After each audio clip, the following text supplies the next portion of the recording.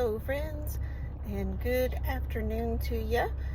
If you are just now joining me for the first time, my name is Melissa and I am a quilter, and I'm going to show you our block of the month for the month of May that I'm doing with my quilt group at church. This month we are going to do a rose for mom. And this was a fun little pattern. I saw some different flowers on the internet, couldn't really find a pattern that worked for the size of block that I was wanting to make. So I just kind of combined some different ideas and made up my own pattern. And this is for a 15 by 15 block. And I just used some scraps. So if you look close enough, you'll notice that my white fabric is not the same for every piece that I cut. And just some leftovers from previous projects. So my shades of pink might be a little different than what you would choose to use, and that's okay. That is the beauty and uniqueness of quilt making, is that we all get to personalize it the way we want to. So I'm just going to kind of walk you through some photos that I took along the way of making my block. Thanks. Designing your own block is pretty simple. You mainly need graph paper, a ruler, and pencils. This is my rose for mom that I have put together in a 15-inch block.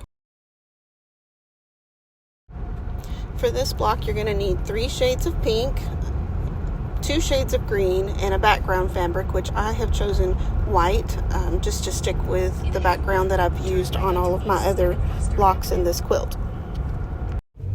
If you want to cut this block using a rotary cutter, it's quite simple. You're just going to do 3.5-inch squares, and then your triangles are going to be half of a 3.5-inch square. Just add your seam allowance along the hypotenuse.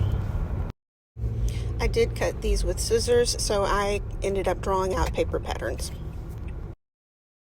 To begin piecing this block, I sewed all of my triangles together, and then finished out piecing rows. So there are 5 rows in this. Once I got my rows together, I started piecing row to row, but I did go back and trim the corners off of my triangles just to make things line up a little bit neater, and that's optional. You don't have to do that.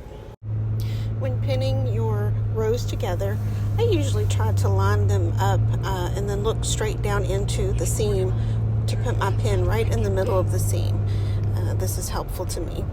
When I start my hand stitching, I like to sew about 6 to 8 inches before I push my needle through. And you can see here that I am still using a 1/4-inch seam allowance. You can certainly piece this by machine if you'd like. I just tend to travel a lot with my work, so I do a lot of hand stitching.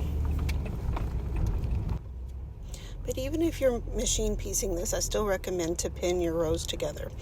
And here is our finished block, and this is a rose for mom. I hope you enjoyed this video, and please check out other videos for other blocks of the month leading up to this one.